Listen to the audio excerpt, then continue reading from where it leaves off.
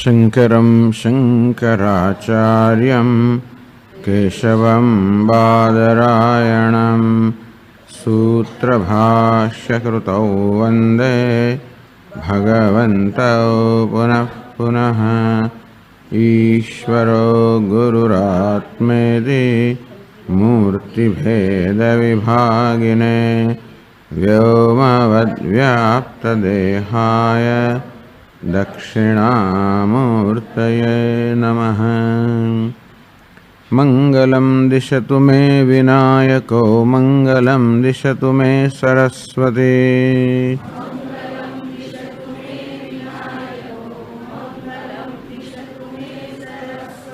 मंगलं दिशतु मे महेश्वरी मंगलं दिशतु मे सदाशिवः।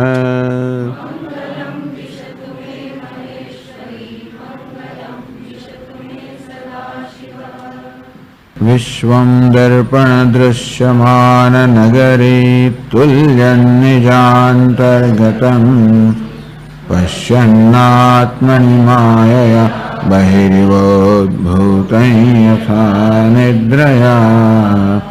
यः साक्षात् कुरुते प्रबोधसमये स्वात्मानमेवाद्वयम् तस्मै श्रीगुरुमूर्तये नमः। इदं श्रीदक्षिणामूर्तये।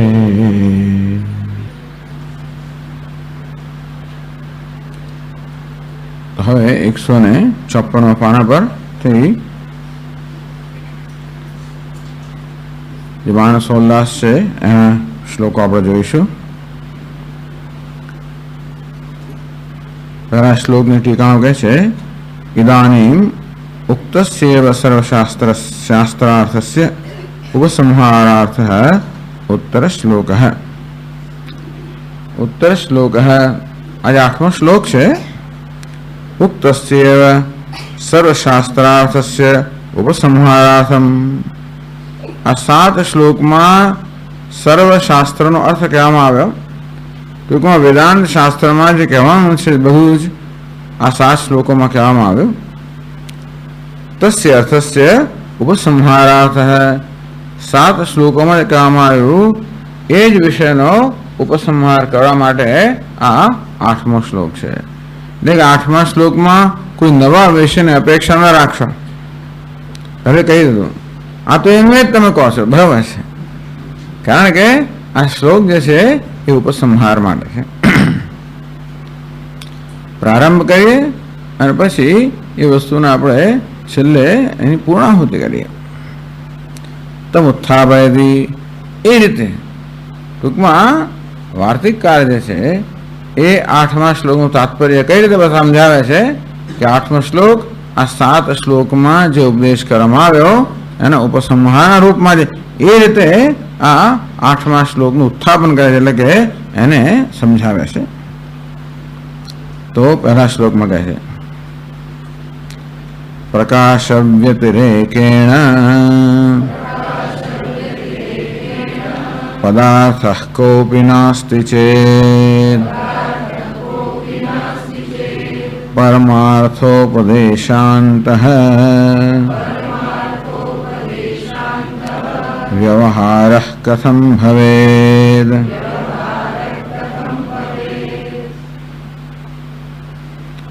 પ્રકાશ વ્યતિરેકેણ પદાર્થઃ કોપી નાસ્તિ ચેત. વસ્તુગત્યા કાલત્રયેપી ચિત્ પ્રકાશ વ્યતિરેકેણ કોપી પદાર્થઃ ભૂતભૌતિક રૂપઃ નાસ્તિ ચેત. આપણે આ 7 શ્લોકમાં સમજાવ્યું તે પ્રમાણે જગતમાં ભગવાન દક્ષિણામૂર્તિ સિવાય કંઈ છે જ નહીં. ભગવાન દક્ષિણામૂર્તિ એ સચ્ચિદાનંદ સ્વરૂપ છે. તેથી એ સત સ્વરૂપ, ચિત્ત સ્વરૂપ, જ્ઞાન સ્વરૂપ ભગવાન દક્ષિણામૂર્તિ સિવાય કશું છે જ નહીં.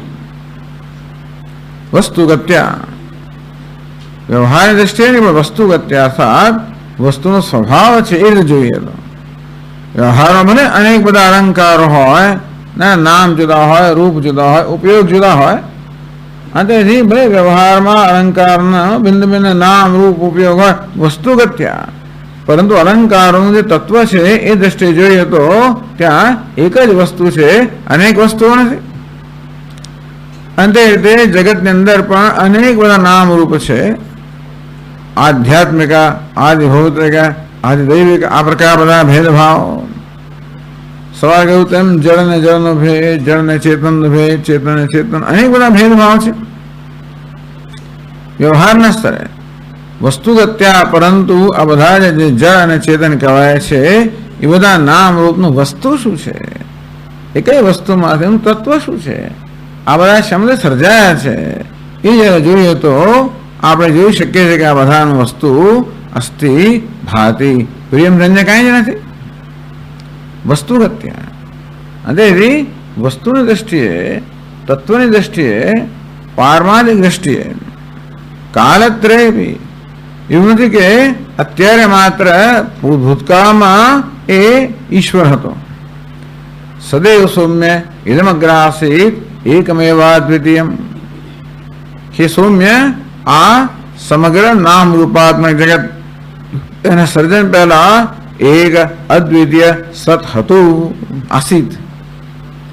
કદાચ કોઈ એમ લાગે કે ભાઈ સર્જન પહેલા એક અદ્વિતીય તત્વ હતું અને હવે સર્જન દરમિયાન અનેક થઈ ગયું, તો કે નહીં, કાળત્રય.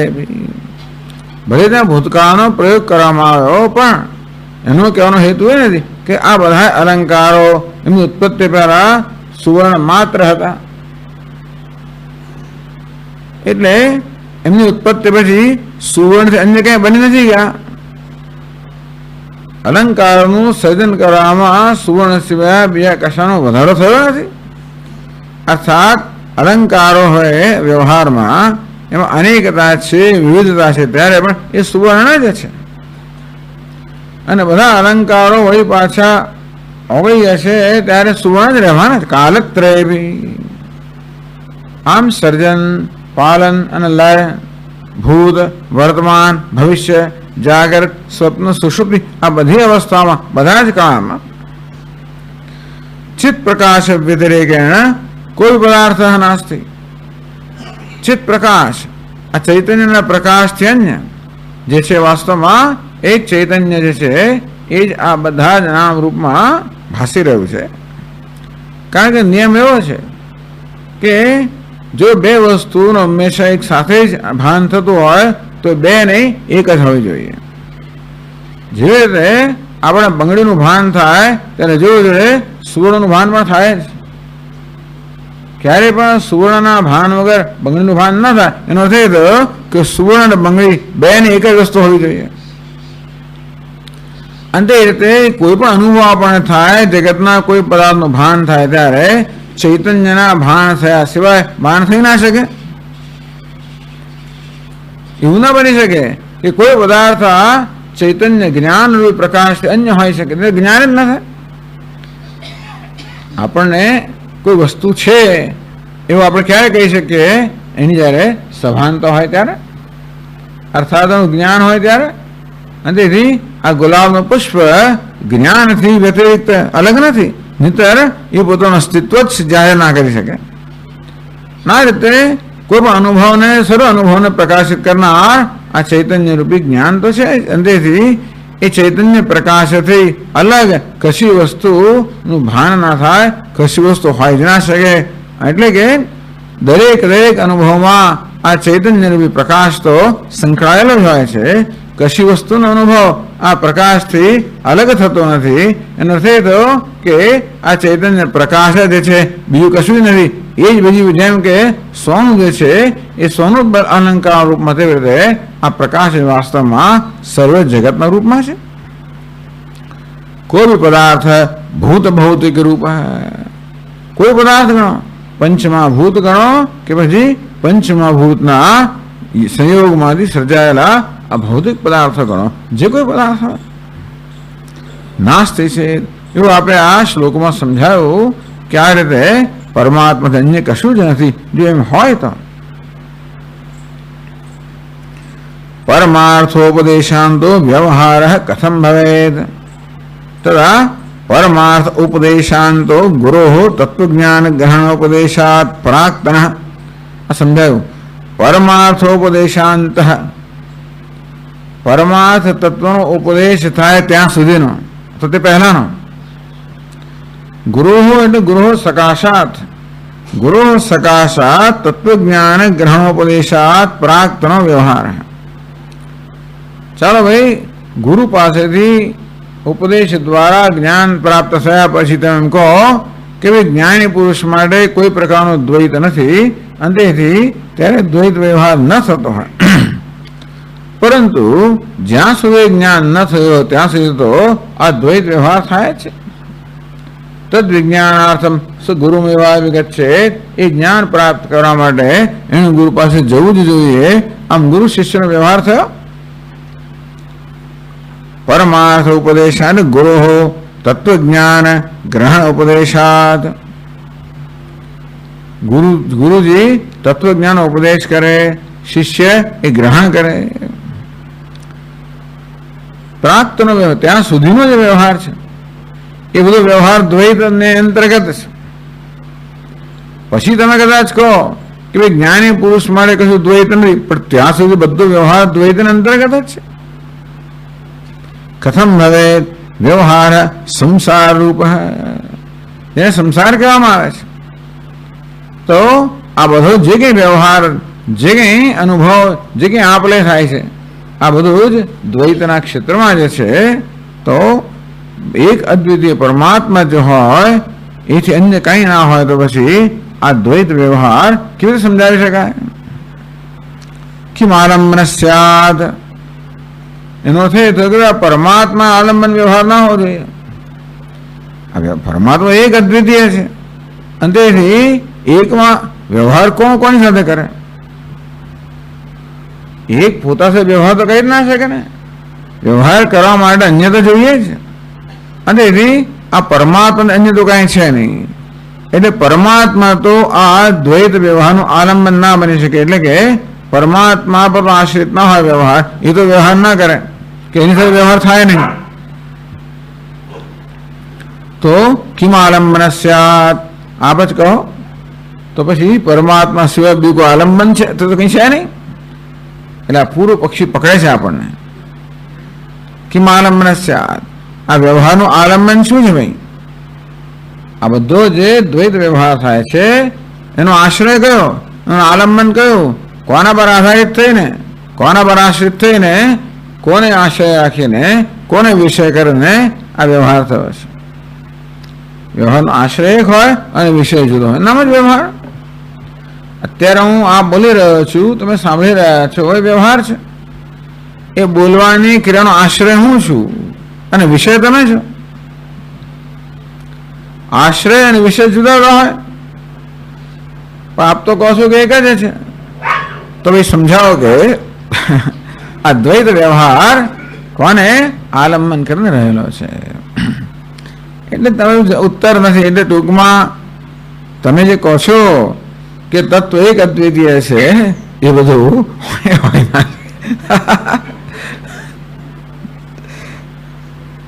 અચ્છા, એટલે આ એક થયો. ટૂંકમાં સમજાવી શકાયું નથી. તમે જે ઉપદેશ કર્યો એ ઉપદેશને ધ્યાનમાં રાખીએ તો એ ઉપદેશના સંદર્ભમાં આ બધો વ્યવહાર સમજાવી શકાય એમ નથી. ખાસ કરીને ગુરુ શિષ્ય વચ્ચેનો વ્યવહાર વગેરે સમજાવી શકાય એમ છે જ. ન કેવલમ એતાવત અન્યદપી અસ્તિ દુર્ઘટમ, આટલું જ નહીં પરંતુ બી ઘણી બધી વસ્તુઓ છે જે સમજાવવી અશક્ય છે. એ વાત કહે છે પછીના 2 શ્લોકમાં. કસ્ય બંધશ્ચ મોક્ષશ્ચ બધ્યતે કેન હેતુના માયાયા લક્ષણમ કિમ સ્યાત ઇત્યેવં પરિપૃચ્છતઃ પ્રશ્નસ્યાદુત્તરં વક્તું પ્રતિપત્તું સુખેન ચ ઉક્તોર્થઃ સપ્તભિ શ્લોકૈઃ पुनः संक्षिप्य कथ्यते।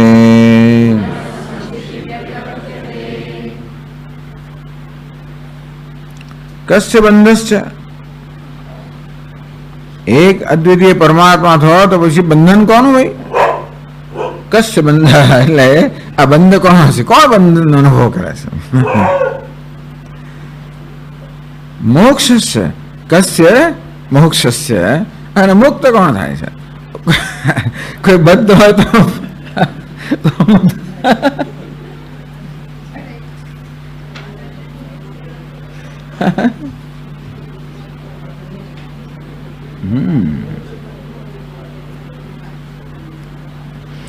બંધ આવે કસ્ય મોક્ષ ભી બંધ નિવૃત્તિ રૂપત્વાત તસ્ય ઇત્યર્થ है।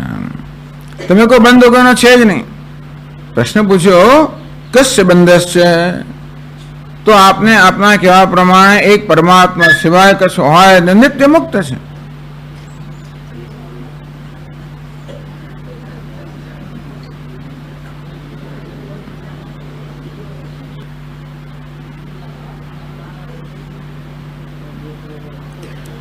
એટલે નિત્ય મુક્ત પરમાત્માનો એ બંધનમાં જ ન હોઈ શકે તો કસ્ય મોક્ષ, તો મોક્ષ કોને મળે? ટૂંકમાં બંધ મોક્ષ વ્યવહાર છે એ પણ કોઈ રીતે એક અદ્વિતીય તત્વમાં, એટલે આપના સિદ્ધાંત પ્રમાણે, આ અદ્વૈત સિદ્ધાંત પ્રમાણે બંધ અને મોક્ષ પણ સમજાવી ન શકાય।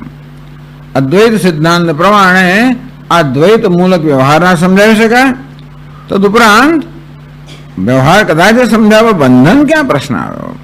ભગવાન વાળે બંધન ક્યાંથી? નિત્ય મુક્ત છે માટે બંધ ના સમજાવી શકાય। જો બંધ ના હોય તો મોક્ષનો પ્રશ્ન ઉપસ્થિત જ ના થાય ને। બંધ નિવૃત્તિ રૂપત્વાત તસ્ય મોક્ષસ્ય, મોક્ષ કોને કહેવાય? બંધ નિવૃત્તિ રૂપ મોક્ષ। આ બંધની નિવૃત્તિ થયો ના મોક્ષ। બંધ ના હોય તો નિવૃત્તિનો પ્રશ્ન નથી, અને તેથી મોક્ષ કોણ છે? તમે મોક્ષ શાસ્ત્રની ઘણી બધી વાતો કરો છો, કોનો મોક્ષ છે? બધ્યક્તે કેન હેતુના, ભાઈ એવું કારણ શું? એ કહો કે ભાઈ આ શિવજી છે, પરમાત્મા છે, એમને વળી બંધાવાનું કારણ શું? શિવ થકી જીવ તો શું કરવા? શું કારણ? કોઈ પણ તમે કારણ કહો, એ કારણ જો પરમાત્મા કદાચ સ્વતંત્ર હોય તો પરમાત્મા જુદું કારણ, એટલે એને બંધનમાં નાખનાર કોઈ કારણ હોય, ભગવાનને બંધનમાં નાખનાર કોઈ કારણ હોય તો એ ભગવાન જુદું હોવું જોઈએ ને, અને તો દ્વૈત થઈ ગયો પાછું। અને કારણ જ ના હોય, કશાય કારણ વગર જ બંધન હોય। જો વસ્તુ કારણ વગર હોય ને તો આપણે દૂર કરી જ ના શકીએ। કારણ દૂર થાય તો જ કાર્ય દૂર થાય। આમ બંધન જે છે એ કશા કારણે હોય તો આપણે કે અજ્ઞાનને કારણે છે તો અજ્ઞાન દૂર કરીએ તો બંધન દૂર થાય, પણ બંધનનું કારણ જ ના હોય તો શું થાય ખબર છે? કદાચ દૂર કરે પાછું આવે, કારણ નથી એટલે દૂર જ ના થાય। કદાચ દૂર થયું હોય તો પણ કારણ વગર જ બંધન જો થતું હોય તો ગમે ત્યારે પાછું આવે ને પાછું। એવું કશું હોય જે ભગવાનને બંધનમાં નાખતું હોય, એને કારણે ભગવાન બંધનમાં હોય તો કેન હેતુના, કારણ જો હોય બંધનનું તો એ કારણ સાચું છે તો ભગવાન સાચો અને બંધનનું કારણ સાચું તો દ્વૈત છે। અને આ પોતાના કારણ સાચું નથી, કારણ છે જ નહીં, અદ્વૈત છે, તો કારણ વગર ભગવાન બંધનમાં આવે કે કોઈ બંધનમાં આવે તો પછી મુક્ત થયા પછી પણ બંધનમાં આવી શકે ને, તો મોક્ષ હોય જ નહીં। એટલે વેદાંત એ તત્સર્વ માયામયમ ઉત્તર આપી દીધો। આ બધું તો માયામય છે ભાઈ, એથી છે જેવો આપનો ઉત્તર હોય તો તરહી કિમ લક્ષણાસાય વક્તવ્યમ, તો એટલે કહે છે માયાયા લક્ષણમ કિમ સ્યાદ, તો પછી માયાનું લક્ષણ શું છે, એનું સ્વરૂપ શું છે એ આપણે કહેવું પડે। इति एवं परिपृच्छत प्रश्न स्याद, तो आ प्रकारे पूछनार जे छे एनो आ प्रकारनो प्रश्न होई शके। એટલે જે લોકો આ વસ્તુ સ્વીકારતા નથી, સ્વીકારતા હોય તો સમજી શકો અઘરું છે ને બધું. તેથી આ પ્રકારે પ્રશ્ન જેને જન્મે છે એ આ પ્રકારનો પ્રશ્ન કરે. સ્યાત ભવેત સંભાવના લિંગ, તેથી વિધિલિંગ વગેરે તો ભવેત આવું હોઈ શકે. આવી જાતના પ્રશ્ન જન્મી શકે, પ્રશ્નો ટૂંકમાં જન્મી શકે.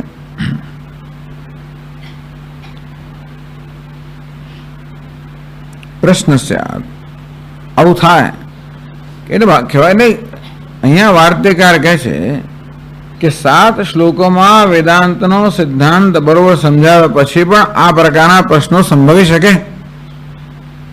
સંભાવના બતાવે છે કે બધું કયા પછી પણ આખું રામાયણ સાંભળ્યા પછી પ્રશ્ન જન્મી શકે કે સીતાનું હરણ થયું તો પછી સીતા પાછી ક્યારે થઈ વગેરે.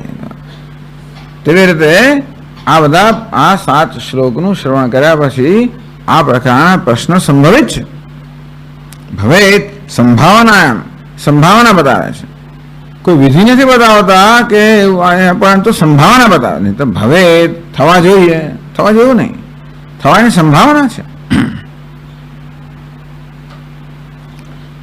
એટલા માટે 8મા શ્લોક છે. શા માટે ગ્રંથકારે 8મા શ્લોકની રચના કરી? તો કે 7 શ્લોકનું શ્રવણ કર્યા પછી આ પ્રકારનો પ્રશ્ન સંભવી શકે.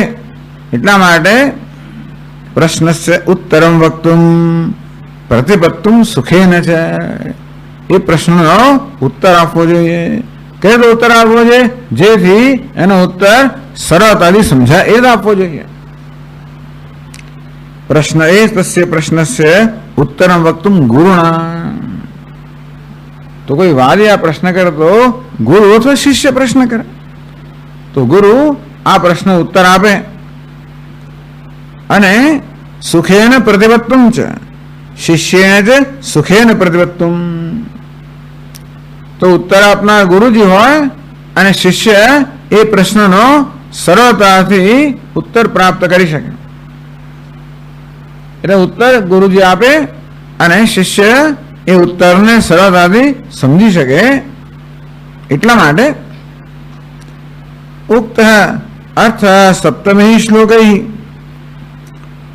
પૂર્વમ સપ્તમી શ્લોકૈ ઉક્ત અર્થ. એટલા જ માટે આગળ 7 શ્લોકમાં જે વિષય કહેવામાં આવ્યો પુનઃ સંક્ષિપ્ત કથ્યતે, એ જ વિષયને વળી પાછો સંક્ષેપ કરીને કહેવામાં આવે છે. પુનઃ અસ્મિન 8મે શ્લોકે સંક્ષિપ્ત કથ્યતે એવી યોજના. કેટલી બુદ્ધિ છે ને આ લોકોની કે આ શ્લોકમાં નું તાત્પર્ય શું છે, શેના માટે આ શ્લોક હશે. એટલે વાર્તાકારે જોયું 7 શ્લોકનું શ્રવણ કર્યા પછી આ પ્રકારનો પ્રશ્ન સંભવી શકે. એવું છે ને કે આપણે પ્રવચન આપ્યા પછી લોકો પ્રશ્નો લઈને જાય મનમાં, તો પછી એનો અર્થ એ થયો કે આપણે વિષયની પૂરેપૂરી છણાવટ કરી નથી. એટલું નહીં, પરંતુ મનમાં પ્રશ્નો જો રહી જાય તો આ વસ્તુ જે છે એ મનમાં સ્થિર ન થાય. એટલા માટે આ 7 શ્લોકોના શ્રવણ કર્યા પછી આ પ્રકારનો પ્રશ્ન જન્મવાની સંભાવના છે. તેથી ગુરુજીને ઉત્તર આપે છે અને શિષ્ય સરળતાથી ગ્રહણ કરી શકે. એટલા માટે સરળતાથી કેમ એવું છે ને કે ઘણી વાર વિસ્તારથી કહેવામાં આવ્યું હોય ને ત્યારે પછી આપણે જરા કંઈક આપણે ગ્રહણ જલ્દી ના કરી શકીએ. એકની ઘણી વાર એક વસ્તુ લાંબી ચોળી કરીને કહેવામાં આવે ત્યારે આમ કહેતી વખતે લાગે પછી સમજ શું કહ્યું 1 કલાકની અંદર. ઘણી વાર થતું હોય છે આપણે કલાક પ્રવચન સાંભળીએ પૂછે કે શું કહ્યું સ્વામીજી, ખબર ના પડે બરોબર, અથવા વિચારીએ શું કહ્યું કે ખબર ના પડે. એવું થાય. બહુ ઊંચી વાત કરી ખરી એ બધું ખરું સમજ ના પડે. ટૂંકમાં વાતો ઊંચી થતી હોય બધી ક્યાંય જતી રહેતી હોય એવું થાય. તો પ્રયોજન કરવાનો છે એનું પ્રયોજન સિદ્ધ ના થાય. જો એવું પ્રયોજન હોય તો માત્ર પ્રયોજન કરવું, પ્રભાવ પાડો એવું કયું પ્રયોજન છે જુદી વાત છે. પણ આપણે એવું પ્રયોજન હોય કે શ્રોતાઓ ને આપણે કંઈ કહેવા માંગીએ છીએ ને શ્રોતાઓ એ ગ્રહણ કરે, એવું પ્રયોજન આપણે ઈચ્છીએ કે જે આપણે પ્રવચન કરીએ એ દ્વારા જે સંભવિત પ્રશ્નો હોય એ પ્રશ્નો પણ ઉપસ્થિત થાય અને એમનો ઉત્તર એમને મળી જાય, જેથી સમાધાન સાથે જાય. નહીં તો ઊંઘ ના આવે રાત્રે. અધૂરો એ પણ એક રીત છે. તમે ટીવીના કાર્યક્રમો જુઓ તો આમ એવી જગ્યાએ લાવીને અટકાવે કે બીજે દાડે તમારે જોવું જ પડે. તમે ભાઈ હવે કાલે શું થાય, શું થશે, શું થયું? પેલા સોપ ઓપેરા એટલે આ બધા બપોરના બધા કાર્યક્રમો ચાલતા હોય, બધા કૌટુંબિક બધા કાર્યક્રમો ચાલતા હોય, બધા ખાસ કરીને બહેનો બધી ઘરમાં જોતી હોય. ઘરમાં એ લોકો શું એમની માટે જ છે ખાસ કાર્યક્રમ. પછી બપોરે લોકો જયારે ચા પીવા મળે વગેરે મળે ત્યારે એની ચર્ચાના વિષય, પછી પેલી શું થયું, પેલાનું શું થયું, ફલાવડા, પછી એનું થાય કે શું થશે આનું. ઘરમાં કંકાસ ચાલતો હોય કે ચાલતું હોય પછી એટલે ટૂંકમાં આવું અધ્વત જ છોડવું, જેથી બીજો દાડે પાછો આવે તમારી પાસે. એ પણ એક પદ્ધતિ છે. પણ હવે તમે પૂરું જ કરવાના હોય, પૂરું કર્યા પછી એવો પ્રશ્ન રહી જાય. એટલે 7 શ્લોક સુધી પ્રશ્ન ઉત્તર આપ્યા એમ કે તમે વિષય પ્રવચન પૂરું કર્યું તોય પ્રશ્નો રહી જાય, તે બરાબર નથી. એટલે ગ્રંથકારને લાગે છે, સ્તોત્રકારને લાગે છે કે આ 7 શ્લોકમાં બધું છણાવટ કર્યા પછી પણ આ પ્રકારના પ્રશ્નોની સંભાવના છે, અને તેથી એ પ્રશ્નનો ઉત્તર આપવો જોઈએ સંક્ષેપમાં, બહુ વિસ્તારથી કહેવામાં આવ્યું. એટલે કદાચ તેનું બરોબર ગ્રહણ ના થયું, સમજાયું હોય પણ છતાં બધી વસ્તુઓ જોડાઈ ના હોય, એવું થાય ને. પહેલેથી કહેવામાં આવ્યું બધા 5 બધા ચાલતો હોય આપણા શિબિરો કે લાંબુ થયા જ કરતું હોય. એટલે પાછું કંઈ ખ્યાલ કે બરોબર ક્યાંથી શરૂ કર્યો ને ક્યાં આવ્યો ને ક્યાં ખબર ના પડે. એટલે જે વસ્તુ પછી આગળ 4 શિબિરોમાં થઈ એ સંક્ષેપથી કહીએ તો વળી પાછું બધું આપણા મનની અંદર એ વસ્તુ ગોઠવાઈ જાય કે હા બરાબર છે. તેવી રીતે 7 શ્લોકોમાં જે કહેવામાં આવ્યું એ જ વસ્તુ 8મા શ્લોકમાં સંક્ષેપમાં કહે છે. એટલે આ વ્યાસ અને સમાસ પદ્ધતિ છે. વ્યાસ એટલે વિસ્તારથી કહેવું, સમાસ એટલે સંક્ષેપથી કહેવું. આમ તો પદ્ધતિ એવી છે કે પહેલા સંક્ષેપમાં એ કહેવું અને પછી વિસ્તારથી કહેવું. પહેલા માત્ર આપણે શીર્ષક કે વિષય જાહેર કર્યો હોય કે ભાઈ સેલ્ફ મેનેજમેન્ટ આવો વિષય જાહેર કર્યો હોય, એમાં ખબર છે કે શું કહેવાના છે, ભાઈ એના ઉપર તમે 8 દિવસ પ્રવચન કરો અને પછી પાછા 8મા દિવસે છેલ્લે શું કરો, 8 દિવસમાં એ બધું સંક્ષેપમાં કહો એટલે પાછું જે બધા એટલે બધું બરાબર ગોઠવાઈ જાય શ્રોતાઓના મનમાં. તેવી રીતે આ 7 શ્લોકમાં વિસ્તાર જે કહેવામાં આવ્યું એ જ વસ્તુ 8મા શ્લોકમાં સંક્ષેપ કરીને કહે છે. સપ્તમી શ્લોકે યુક્ત અર્થ હૈ પુનઃ સંક્ષિપ્ય કથ્યતે. ફરી એનો સંક્ષેપ કરીને વળી પાછો 8મા શ્લોકમાં કહેવામાં આવે છે. ટૂંકમાં 8મા શ્લોક કહેતા પહેલા આ પ્રકારના પ્રશ્નો જે છે ને એ પ્રશ્નો થયા હોવા જોઈએ એવું ધ્યાનમાં રાખીને. તો સ્તોત્રકાર આ પ્રશ્નો કહેતા નથી, ઉત્તર આપે છે. એ ઉત્તરમાંથી ખબર પડે કયા પ્રકારનો પ્રશ્ન હશે. ઘણીવાર ચર્ચા આવે ભગવદ્ ગીતાની અંદર પણ, જ્યારે શંકરાચાર્ય મહારાજ જ્ઞાન કર્મ સમુચ્ચય આવી વાતની ચર્ચા કરતા હોય તો ભગવાનનો ઉત્તરથી નક્કી કરે કે જો ભગવાન તો જ્ઞાન કર્મ સમુચ્ચય વાત નથી કરતા. લોકેસ્મિન દ્વિધા નિષ્ઠા પુરા પ્રોક્તા મયા જ્ઞાન યોગેન સાંખ્યાનામ કર્મ યોગેન યોગીનામ. આ જ્ઞાન કર્મનું સ્પષ્ટ રીતે વિભાગ છે, ભેગા નથી. એ ઉત્તર બધી ખબર પડે કે પ્રશ્નની પાછળ શું પ્રયોજન છે. અર્જુનનો પ્રશ્ન સમજ ના પડે આપણને. જ્યાસી ચેત કર્મણસ્તે મતા બુદ્ધિર જનાર્દન તત્તિમ કર્મણી ઘોરેમાં. ભગવાન મને આ ઘોર કર્મ કેમ નિયુક્ત કરો છો? આપના બધા વચનથી હું જાણે કે ગૂંચવાઈ ગયો છું. એટલે કે અર્જુન પ્રશ્ન કરી રહ્યો છે કે આ જ્ઞાન કર્મ સમુચય કરવો કે ના કરવો, એવું આપણને ક્યારે ખબર પડે? ભગવાનનો ઉત્તર છે કે અર્જુન પણ સમજે જ્ઞાન કર્મ સમુચય શક્ય નથી અને તેથી શું કરવું એ સમજ નથી પડતી. ટૂંકમાં હવે ઉત્તરથી આપણે પ્રશ્ન સમજી શકીએ. તે રીતે 8મા શ્લોકમાં કહેવામાં આવે એ પરથી વાર્તિકકાર કહે છે કે જો આ બધા પ્રશ્નો થયા હોવા જોઈએ અને 7 શ્લોકનું શ્રવણ કર્યા બધા પ્રશ્નો થાય અને તેથી 8મો શ્લોક જે છે એ કહેવો જોઈએ, કહેવાવો જોઈએ. નહીં તો ખબર પડી 7 શ્લોક બંધ પૂરું કરો ને આગળ જવાની જરૂર છે તો કે જરૂર છે. સંક્ષેપમાં તો 155 પાના પર ટીકા કરે છે. તત્રાપી અશેષ શાસ્ત્રાશ્ચેત સપ્તમી શ્લોકૈ નિર્ણિત.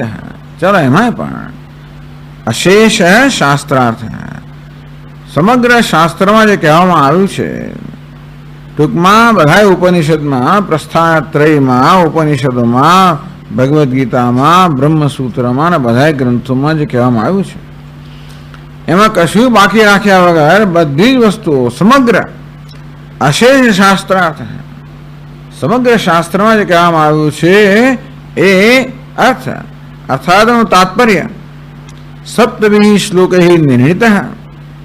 7 શ્લોકની અંદર સમગ્ર શાસ્ત્રમાં જે કહેવામાં આવ્યો છે ઉપદેશ અહીં અપાઈ ગયો હોય, તથા પુનઃ કથનમ નિરર્થકમ, તો ફરી કહેવું અર્થ વગરનું છે ને. જે વસ્તુ કહેવાય ગઈ છે એને કહેવાનો અર્થ શું? આ રીતે આ પુનરુક્તિને દોષ ગણવામાં આવે છે.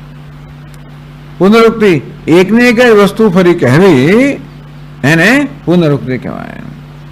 ક્યાં તો એકના એક શબ્દો ફરી કહેવાય, એના એ શબ્દોનો ફરી ઉપયોગ કરવો, અથવા તો એની અર્થથી શબ્દો કદાચ જુદા વાપરો પણ એનો જ અર્થ ફરી કહેવો, એને ક્યાંક દોષ ગણવામાં આવે છે.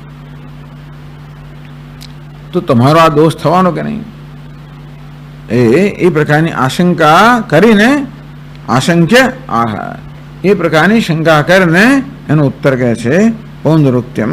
4થા શ્લોકમાં કહે છે પૌનરુક્ત્યમ ન દોષોત્ર શબ્દેનાર્થેન વા ભવેદ અભ્યાસેન ગરીયસ્ત્વમ અર્થસ્ય પ્રતિપાદ્યતે.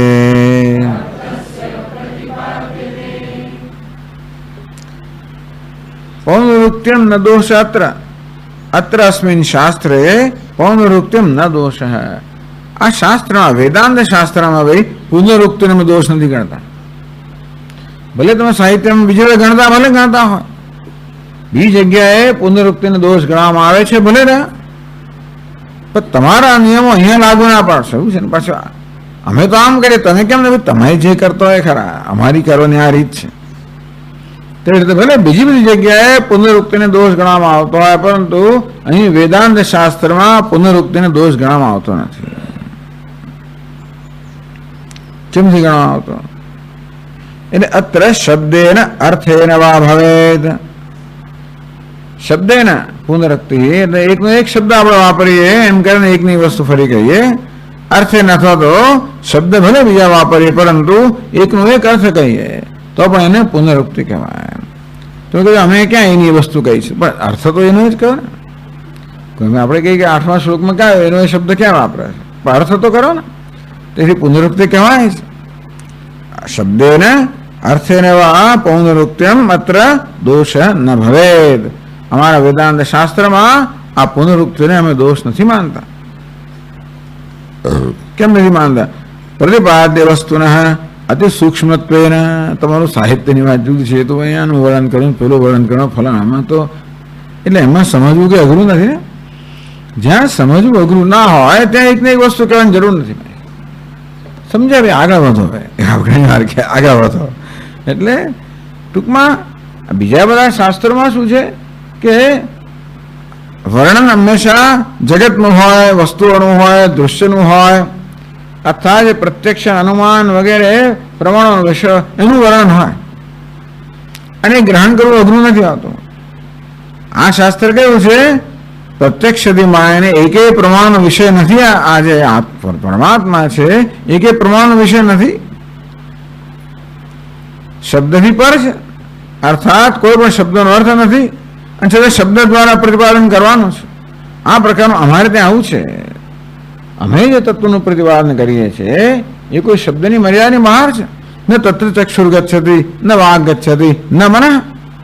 તે જ્ઞાનેન્દ્રિયો કહો, કર્મેન્દ્રિયો કહો, મન કહો, વાણી, કશી વસ્તુની ગતિ જ નથી. આમ બધા જ આપણા પ્રચલિત જ્ઞાનના કે સમજના સાધનોની જ્યાં ગતિ ના હોય ત્યાં પછી એ વસ્તુ પહોંચાડવી કેવી રીતે? છતાં પણ ભગવાને આપણને બુદ્ધિ તો એ પ્રકારની આપી છે. તો જે ભૌતિક વસ્તુઓને સમજવા માટે કેળવાયેલી બુદ્ધિને કે વિષયને સમજવા માટે કેળવાયેલી બુદ્ધિને અવિષય જે છે એ અવિષયનું દર્શન કેમ કરાવો? એટલે પ્રતિપાદ્ય વસ્તુના અતિ સૂક્ષ્મત્વેના અમારા શાસ્ત્રમાં જે વસ્તુનું પ્રતિપાદન થયું છે, થઈ રહ્યું છે કે થાય છે એ અતિ સૂક્ષ્મ છે. અને એની સકૃદેવ દુર્ધિગમત્વાદ એક વાર કહેવાથી એ વસ્તુનું અધિગમ અર્થાત એ વસ્તુનું જ્ઞાન થતું નથી. એક વાર કહેવાથી આ કંઈ ગ્રહણ થતું નથી આવતું. એટલે ભગવદ્ ગીતામાં વારંવાર વસ્તુઓ કહેવામાં આવે છે. શંકરાચાર્યમાં આવે કે ભાઈ તમે બધા અધ્યાયમાં એકની એક ચોથા અધ્યાયમાં કહ્યું કર્મણ્ય કર્મ પછી શબ્દો બદલાયા કરે, વસ્તુ એકની એક જ હોય કે આત્મા આ કરતા છે. તો આગળ કહ્યું તો ખરું,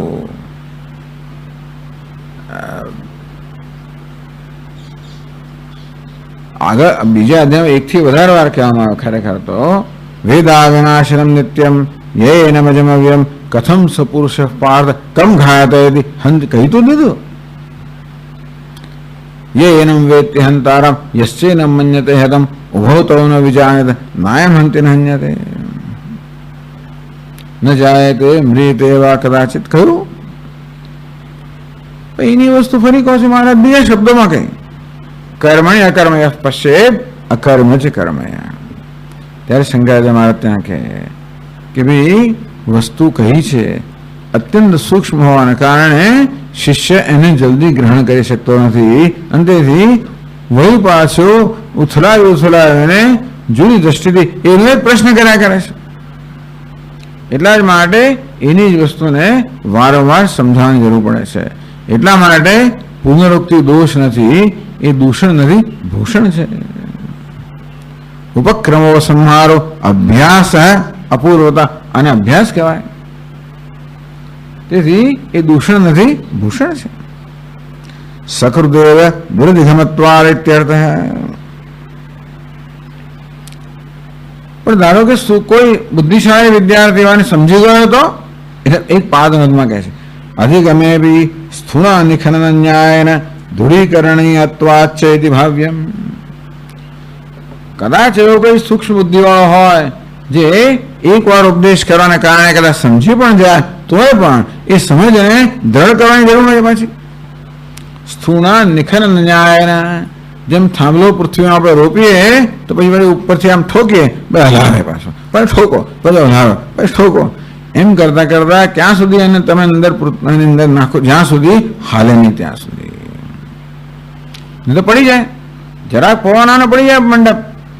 તેથી અંદર નાખ્યા પછી પણ સ્થૂળ નિખનનમ ખોદો પછી ગાળો, ખોદો પાછું અંદર ખોસો. તે રીતે એક તો સમજવું જ મુશ્કેલ છે. એટલા માટે અનેક વાર કહેવું પડે અને સમજાયા પછી પણ આ જ્ઞાનમાં દ્રઢતા પ્રાપ્ત કરી. કે કેટલા બધા વિરોધો થાય છે ને, પ્રત્યક્ષનો વિરોધ, કેટલી સંશયો જન્મે છે. આમ આ તત્વ એવું છે કે અનેક પ્રકારનો સંશય પણ જન્મતો હોય છે પ્રત્યક્ષ અનુભવને કારણે, બીજા બધાને કારણે. તેથી વારંવાર સંશયો જન્મે, વારંવાર પછી આપણે હલી જઈએ પાછા. અરે ભગવાન જ હોય ને, સ્વામીની શ્રદ્ધા જતી રહે છે આ ભગવાનમાંથી. એટલે કશી વસ્તુ માટે ટૂંકમાં આ બધામાં આ તત્વ એવું છે કે એમાં આપણી બુદ્ધિને સ્થિર કરવા માટે વારંવાર એકની એક વસ્તુને દ્રઢ કહેવાયને દ્રઢ કરવી પડે છે. અને તેથી અમે આને દોષ નથી ગણતા, ખરેખર તો આપણે આને ગુણ ગણીએ છીએ. દૂષણની ભૂષણ કઈ રીતે ગણીએ? અભ્યાસેન ગરીયસ્ત્વમ અર્થસ્ય પ્રતિપાદ્યતે. અર્થસ્ય બ્રહ્માત્મ વસ્તુન ગરીયસ્ત્વમ પ્રતિપાદ્યતે. ખરેખર તો શાસ્ત્રની અંદર જ્યારે કોઈ વસ્તુનું પુનરાવર્તન કરવામાં આવે કે પુનરુક્ત્યા કરવામાં આવે ત્યારે સમજવું કે કોઈ ગંભીર વાત થઈ રહી છે. हमारे मीमांसक लोग कहते हैं कि जब किसी वस्तु का पुनरावर्तन होता है तभी वो गंभीर बात होनी चाहिए. શાસ્ત્રમાં એકની એક વાત એકથી વધારે વાર કહેવામાં આવે ત્યારે આ ફરી કહે છે એમ કરીને એની ઉપેક્ષા કરવાના બદલે આ ફરી કહે છે માટે એ વસ્તુ બહુ મહત્વની હોવી જોઈએ. તેથી અર્થસ્ય ગરીયસ્ત્વમ, એની ગરિમા આ ગુરુમાંથી આવ્યું ગરીયસ્ત્વમ એટલે આ બહુ એની મહત્તા બતાવે છે, ઊંચાઈ બતાવે છે, મહત્વ બતાવે છે. અભ્યાસેન અર્થસ્ય ગરીયસ્ત્વમ પ્રતિપાદ્યતે. આમાં ગરીયસ્ત્વમ એટલે શું? ગરિમામાં તો આ જે તત્વ છે એની બીજા બધા કરતા અત્યંત ચઢિયાતું ઉત્કૃષ્ટ છે. કઈ રીતે? શ્રુતિ તાત્પર્ય ગોચરત્વમ, એટલે શ્રુતિના તાત્પર્યને સમજીએ તો જ આ તત્વને સમજી શકાય. આ તત્વ કે આપણે આંખોથી જોઈ શકવાના નથી, ટૂંકમાં પ્રત્યક્ષ વિષય નથી, પરંતુ શ્રુતિનું તાત્પર્ય છે. જે તાત્પર્ય શિલ્ડિંગ વગેરેથી આપણે નક્કી કરીએ ત્યારે આ તત્વ સમજાય. એ હોવાને કારણે અભ્યાસ છે એ પણ શું છે? એક લિંગ છે ને. ઉપક્રમો સંહારો અભ્યાસ અપૂર્વતા ફલમ. એ અભ્યાસ શેને માટે છે? શ્રુતિ જે કહે છે એ તાત્પર્યના નિર્ણય કરવા માટે છે. એમ કરીને એટલે જો આવા બધા ભાષ્યકારો જોઈએ ટીકા, નહીં તો પછી ટૂંકમાં પોતાના ગુરુજીએ કહ્યું ને શંકરાચાર્ય મહારાજે, એમનું તો પછી આપણે બચાવ કરવો જ પડે ને. એમણે જે કહ્યું, એમણે 8મો શ્લોક રોશે આ જાત જાતના વાંધા વાસકા પડે, તેથી એ બધાનો બચાવ કરે છે, જેથી કોઈના મનમાં વાંધા વાસકા રહે નહીં. આ કર્યા પછી હવે આગળ આ શ્લોકની વ્યાખ્યા કરે છે આપણે ટીકાકાર. વિશ્વમ પશ્યતિ કાર્યકારણતયા સ્વસ્વામી સંબંધત. તો જે રામતીર્થજી એની વ્યાખ્યા ય એષ પુરુષ કાર્યકારણ ભાવેન સ્વામી ભૃત્ય ભાવેન વા શિષ્યાચાર્યતયા વા તથા પિતૃપુત્ર ભ્રાતૃદુહિતૃ માતુર શ્વશુરાદ્યાત્મના વા येन केनापि प्रकारेण देवतिर्यं मनुष्यादिरूपेण च भेदतः पश्यति. तो ये एषः पुरुषः.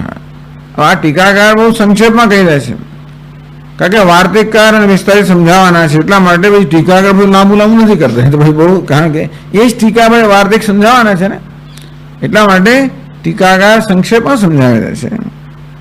એશ એટલે શું, યહ એટલે શું, પુરુષ વગેરે એ તત્વ સુધાકારે સમજાવ્યું.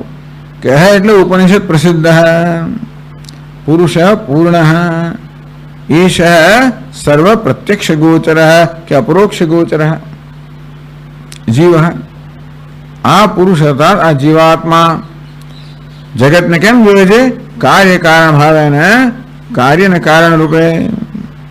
સ્વામી ભૃત્ય ભાવેને, સ્વામી અને ભૃત્ય શેઠને નોકર. શિષ્યાચાર્ય શિષ્ય ને ગુરુ એ પ્રકારે. પિતૃપુત્ર પિતા અને પુત્ર, ભ્રાતૃ દુહિતૃ એટલે ભાઈ ને બહેન, માતુલ શ્વશુરાદિ આત્મના તો આ તો મારા મામા છે, સસરા છે વગેરે. ટૂંકમાં હજાર જણી તો કેટલા બધા. આપણે તો દરેક માટે સંબંધ ભાગ્યો શબ્દ હોય જુદો જુદો. સાળો ને બધું સાળી ને સાળા વેલી નું ક્યાં જાય એટલે ખબર ને આપણે કોને સાળી કહેવાય કોને સાળા વેલી. એટલે ગુછોડો, આ સાળો ને સાળીમાં ગુછોડો થાય એવું જ છે. આમ તો સાળી ને સાળીની પત્ની સમજે આપણે સામાન્ય, એવું નથી. આમ તો સાળો એટલે એને સાળી એટલે સાળાની પત્ની જ કહેવાય ને, એવું નથી. સાળી એટલે સાળાની બહેન, સાળા વેલી મેરું.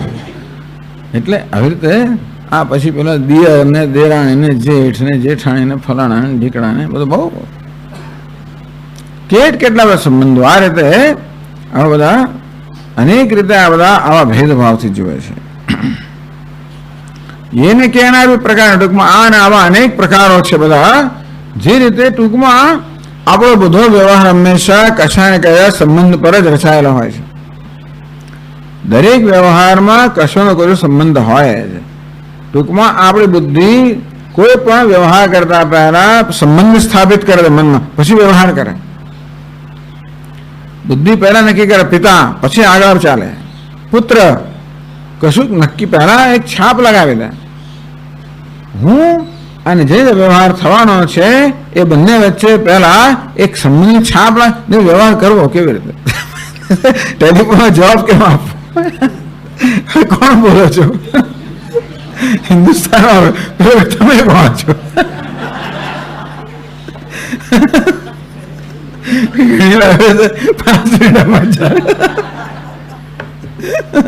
તમે કોણ છો? તમે કોણ? એટલે અમે એક રીત હોય છે કે ભાઈ જે ફોન ઉપાડે કે હું કોણ છું, ફોન કરે નહીં, ફોન ઉપાડે ના કે હું કોણ છું, પછી સામે નક્કી કરે વાત કરવી કે ના ફોન ઉપાડ ના શું બોલે કે. એટલે જે એવું એક કન્વેન્શન એટલે શિષ્ટાચાર છે, શિષ્ટાચાર પાલન ન કરીએ તો એને મુશ્કેલ લાગે. એની જોડે વાત શું કરવી, કેમ વાત કરવી, એને સામેવાળો કોણ છે એ નક્કી થાય. એટલે લેણદાર છે, દેણદાર છે, કોણ છે, વેપારી નક્કી કરવું પડે ને, એ પ્રમાણે વાત થાય. પછી હવે હું કોણ છું એ પછી કહેવાય, ના પણ કહેવાય અથવા જુદી રીતે કહેવાય. એ લેણદાર હોય તો એને કહેવાની રીત જુદી હોય, દેણદાર હોય તો જુદી રીતે એવું હોય ને. પાછું તેનો વાત એ છે કે દરેક વ્યવહારમાં પહેલા સંબંધ રહેલો, સંબંધ જો વ્યવહાર ના થાય. એટલા જ માટે ભગવાન સાથે વ્યવહાર કરો તો સંબંધ પહેલા સ્થાપિત કરવો પડે. પૂજા કરવી કેવી રીતે, કેમ કરવું? પહેલા સંબંધ સ્થાપિત કરો કે આ મારા પિતા છે, ભગવાન પિતા છે, માતા છે, સ્વામી છે. કોઈક વ્યવહાર પછી બધું, પછી આપણાની અંદર જે સેવક રહેલો હોય, પુત્ર રહેલો હોય, જે હોય એનું આહવાન થાય ને.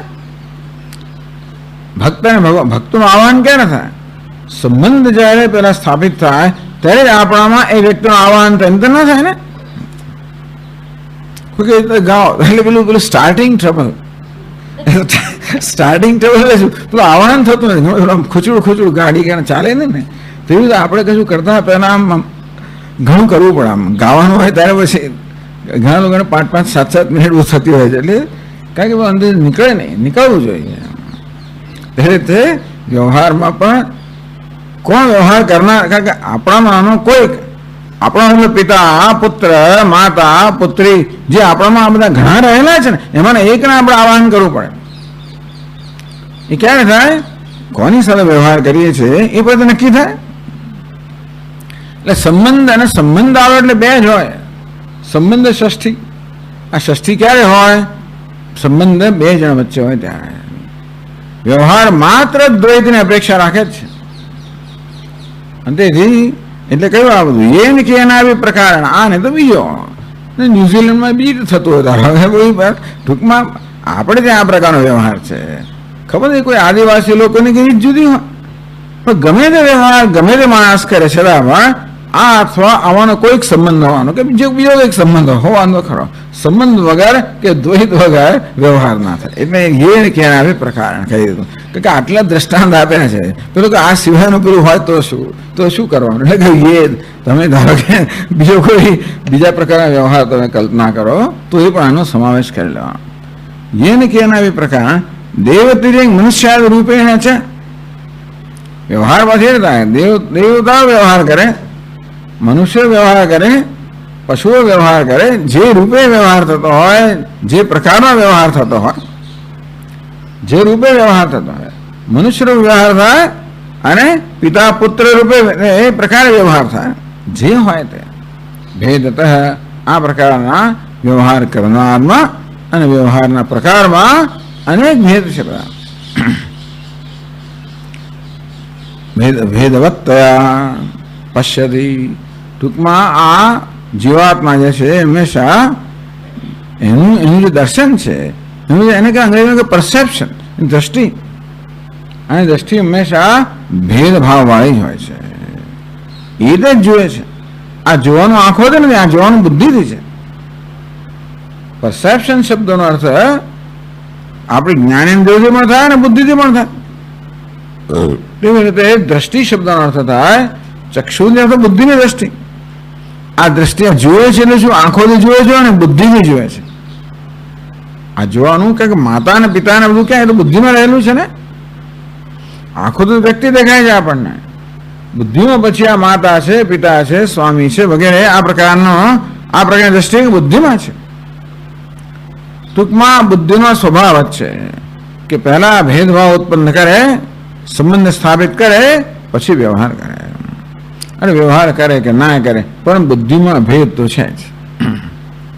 સ્વપ્ને જાગૃતિવા, સ્વપ્નમાં કે જાગ્રતમાં આવે તો સ્વપ્નમાં અને જાગ્રતમાં એવું કેમ કહ્યું? ટૂંકમાં સ્વપ્નમાં આવું જ થાય છે, ધ્યાનમાં રાખજો. અમારે જાગ્રત કે બહુ જુદું નથી.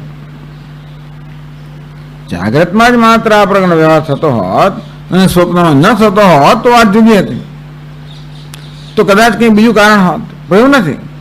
સ્વપ્નમાં અને જાગ્રતમાં બંનેમાં એટલે ભાવ શું થયો કે જાગ્રત ને સ્વપ્ન બહુ બહુ બહુ ઝાઝા જુદા નથી. સ્વપ્નમાં અને જાગ્રતમાં બહુ ઝાઝો તફાવત નથી. જે પ્રકારનો વ્યવહાર, જે પ્રકારની વ્યવસ્થા સ્વપ્નમાં છે એ જ પ્રકારની વ્યવસ્થા જાગ્રતમાં પણ છે. ભલે લોકો એમ કહેતા હોય કે ભાઈ આ સ્વપ્ન છે જાગ્રતની ઉપજ છે, એની ચિંતા ઓછી છે આપણને. આપણે તો શું છે કે જો ભાઈ સ્વપ્ન જેવી વ્યવસ્થા જાગ્રતમાં હોવાના કારણે આ જાગ્રતની સત્તા પણ સ્વપ્નની સત્તા કરતા કઈ જુદી નથી. જો સ્વપ્ન મિથ્યા હોય તો જાગ્રત મિથ્યા છે. એટલે સ્વપ્ને જાગ્રતિમાં પેલા સ્વપ્નમાંથી જાગ્રતમાં બોધ લેવાનો છે કે બધું મિથ્યા જ છે, પણ સ્વપ્ને જાગ્રતિમાં વિશ્વમ પશ્યતિ. આ પ્રકારે જગતને સ્વામી કહે પણ what I confront, what is the world, whatever I confront is the world for me. જગત એટલે જેની સાથે વ્યવહાર કરું છું નામ જગત. જે કોઈ ક્ષણે આપણે જેની સાથે વ્યવહાર કરતા હોય એ ક્ષણે એ આપણે માટે જગત છે. એકલા બેઠા હોય તો અંદર વ્યવહાર થતો હોય, અંદર વાતો ચાલતી હોય, અંદર અંદર મારા મનમાં મારી સાથે વાત કરતો, એટલે મારા મનમાં જ કોઈની કલ્પના કરીને વાત કરતો તો એ જગત થઈ ગયો. કેમ આવું કરે છે? માયા પરિભ્રામિત, માયા અનાદિ અનિર્વચનીય. એ બધું કહેવામાં આવ્યું. માયા જે અનાદિ છે એટલે અનાદિ કહો એટલે કોઈ દોષ લાગે જ નહીં. ટૂંકમાં એકવાર આદિ કહો એટલે પછી અનેક પ્રકારના પ્રશ્નો જન્મે. એનો અર્થ એ કે આ માયાના આદિ હોય તો માયા પહેલા શું હતું,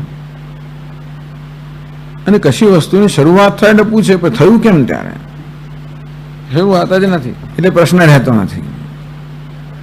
માયા કે અનિર્વચની એટલે પ્રશ્ન રહેતો નથી. છે તો કે એવું તો ના કહેવાય, નથી તો કે એવું તો ના કહેવાય. શું કહે તો કશું કહેવાય નહીં. છે ટૂંકમાં અનિર્વચનીય. પણ અજ્ઞાનાત્મિકયા, અજ્ઞાનનું સ્વરૂપ છે.